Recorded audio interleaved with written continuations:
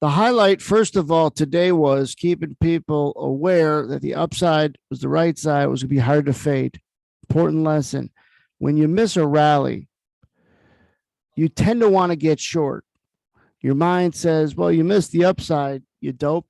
So then you didn't buy it here and sell it up here. So sell it up here and buy it back down here. That's how the mind tries to get you to feel better about yourself. So number one, you had to be aware of that. Number two, you had to know that it was going to be tough to get short, to find a top for it to go lower. This might have been at this point of the day the best time or the best pullback that we had. But something interesting happened to either get long if you were bullish or get out of a short if you were short, to get long or out of a short. Either way, you're a buyer. And this is what happened. That came in at 70.5, I believe the price was. Let me open up this screen and play it. So watch right in here. A couple things happen. Tell me if you could see them as they're happening in real time. Yeah, you got some longs that coming in. That's fine. Boom, right there. Big short comes in at 70.5. All right. But that's only part of it. The other part was that a big sell order also came in. And then finally, the last part is it lit up with a green iceberg. You see my cursor starting to come over here and notify that this is where that iceberg started. As soon as we identified it as an iceberg, we track its history. So an iceberg comes in, showing new buying. Shorts come in.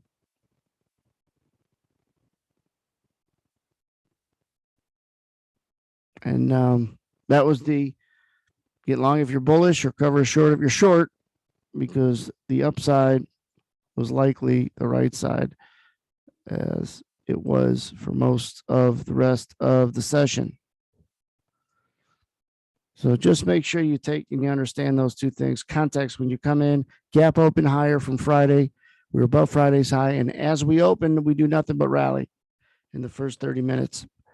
So in the first 10 or 15 minutes, I said, hey, we've done nothing but rally. You got to be careful getting short. I don't talk people out of getting short. Or who am I to tell you not to get short? But tell you when to be careful, not be stubborn when you're short, because in a day like today, all it takes is one stupid idea. The next thing you know, you're short. You never thought of getting long. You weren't really bearish, but because you missed the long, you got bearish. And now you're in a hole to start the week. Be disciplined. I was just talking to someone last week, and everybody kind of thinks, well, maybe if you work in a prop firm and those guys are more disciplined, because that's where I started. It's not that we were more disciplined. It's that we literally couldn't do things, weren't allowed to do things that people who trade their own accounts with no accountability are allowed to do. We weren't able to trade any size we wanted. We were caught early if we were adding to losers or having a big down day. People who are trading, even those trading for several months or years, if you don't have that accountability, you'll trade bigger than you should. You'll add to losers, things that you wouldn't be able to do in a prop firm. So it's not necessarily that these, different venues have better discipline. It's just that you got to just cut out what you're not supposed to do and have a little bit of accountability.